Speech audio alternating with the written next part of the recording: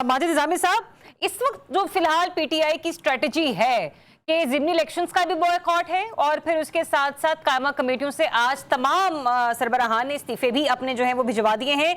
आपको लग क्या रहा है, पीटीआई की आप इसे उसूली सियासत कहेंगे, घबराहट लग रही है आपको, या फिर एक मुनज़्ज़म मनसूबाबंदी लग रही है कि इस निज़ाम को चलने नहीं देना? बहुत शुक्रिया। मेरे ख्याल में तो इसे पीटीआई की स्ट्रेटेजी कहना भी चाहिए या नहीं, इस हवाले से भी मैं कंफ्यूज हूँ। उसकी वजह यह है कि स्ट्रेटेजी के अंदर एक टाइम लाइन होती है। अच्छा। एक प्रॉपर मकासद के तहत आप एक स्ट्रेटेजी बना के तो उसमें 1, 2, 3 करके अपने पॉइंट्स को लेके चलते हैं। यहाँ per day to day affairs के हिसाब से चीजों को मैनेज किया जा रहा है। तहरीक इंसाफ में इस वक्त किसी के पास ये प्लान नहीं है कि 4 महीने बाद उन्होंने क्या करना है, 6 महीने बाद क्या करना है, क्या 1 साल में वो अपने लीडर को जेल से बाहर निकाल पाएंगे या नहीं पाएंगे। एक तरफ तो हम उन्हें उनकी मजलूमियत का फायदा भी दे सकते हैं, लेकिन क्या महज विक्टिम कार्ड की वजह से उनकी स्ट्रेटेजी की तमाम गलतियों को माफ किया जा सकता है? मैं ऐसा नहीं समझता। उसकी वजह ये कि कहीं ना कहीं अगर उन्होंने स्पेस बनानी है सिस्टम के अंदर, अपने लिए दोबारा मुकाम हासिल करना है, तो उसके लिए उन्हें कुछ ना कुछ अपनी हिकमत अमली में बेहतरी लाना होगी। तो फिर अगर से हम डे टू डे अफेयर मान भी लें, जैसे कि आप कह रहे हैं माजिद निजामी साहब, तो मुझे फिर ये बताइएगा ना कि इसके बाद मामलात आगे चलेंगे कैसे? हुकूमत के लिए हुकूमत करना, चलाना, कायमा कमेटियों को मैनेज करना आसान होगा?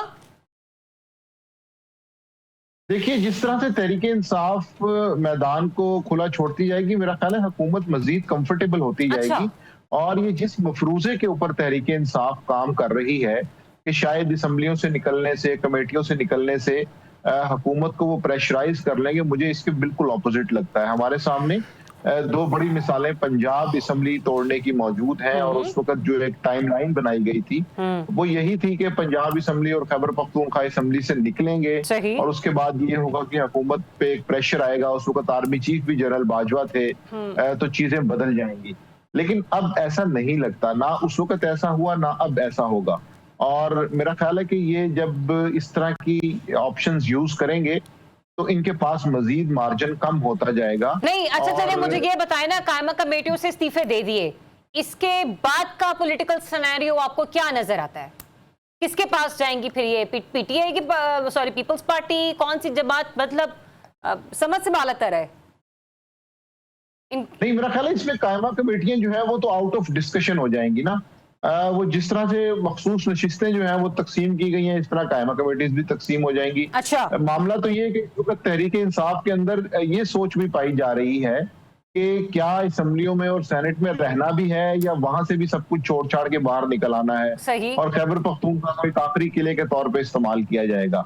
अगर तो मामला उस तरफ जाते हुए हमें नजर आ रहे हैं, तो फिर हो सकता है कि आने वाले दिनों में इमरान खान साहब ये भी ऐलान कर दें कि जी हम नेशनल असम्बली से या सेनेट से मरहलावार बाहर निकलना सुनने में तो यही आ रहा है कि शायद अल्टीमेट डिसीजन वही हो। हाँ। बिल्कुल, ये सिचुएशन इसलिए भी मेरा ख्याल है कि मुख्तलिफ है और दिलचस्प है कि उसकी वजह ये कि जो तहरीक इंसाफ की जो पार्टी क़यादत जेल से बाहर है जी, उनमें, और वो पार्टी क़यादत जो पार्लियामान के अंदर मौजूद है, दोनों में इख्तिलाफ राय पाया जाता है। और फिर ये कि जब वो मामला इमरान खान के सामने जाता है तो उसके अंदर भी वो कहीं ना कहीं तमाम क्वार्टर्स को खुश रखते हैं। 1 हफ्ता 2 हफ्ते वो एक ग्रुप को जो है वो पैम्पर करते हैं, उसके बाद वो दूसरी जानिब आ जाते हैं। तो इसलिए ये जो टाइम लाइन है या जो स्ट्रेटेजी की हिकमत अमली सामने आ रही है, इसको देख के ऐसे लगता है कि अगर ज़िमनी इलेक्शंस का या मजीद भी कोई दूसरा मामला आएगा, तो उसके अंदर ग्राउंड के ऊपर तहरीक इंसाफ अगर मुज़ाहमत की तरफ जाती है,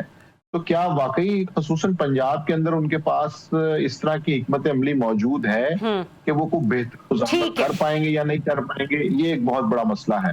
और इसीलिए बाई इलेक्शंस की जब हम बात करते हैं तो उसमें भी यही नजर आता है कि चूंकि ग्राउंड पे आपके पास वो फोर्स मौजूद नहीं है, तो फेस सेविंग के लिए कहीं ना कहीं आप उस बाइकआउट को इस्तेमाल कर सकते हैं। ऑलराइट, तो रिसार राणा साहब, अगर इस फेस सेविंग के लिए बाइकआउट को इस्तेमाल किया जाना चाहिए और